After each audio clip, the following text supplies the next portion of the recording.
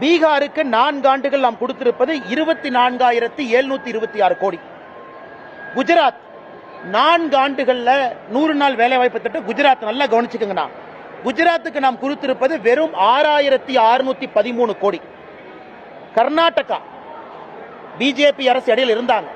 4 ஆண்டுகளுக்கு நாம் கொடுத்திருப்பது 23,226 கோடி. கேரளாவிற்கு 13,000 கோடி. மத்திய பிரதேஷ் தமிழ்நாட்டை விட பின்தங்கிய மாநிலம் 26,000 கோடி. ஒரிசா 18,000 கோடி. ராஜஸ்தான் 35,000 கோடி.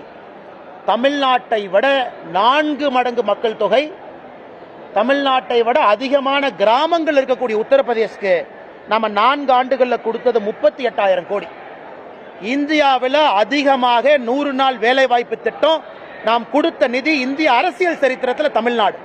கடந்த 4 ஆண்டுகளில் 39,333 கோடி ரூபாய்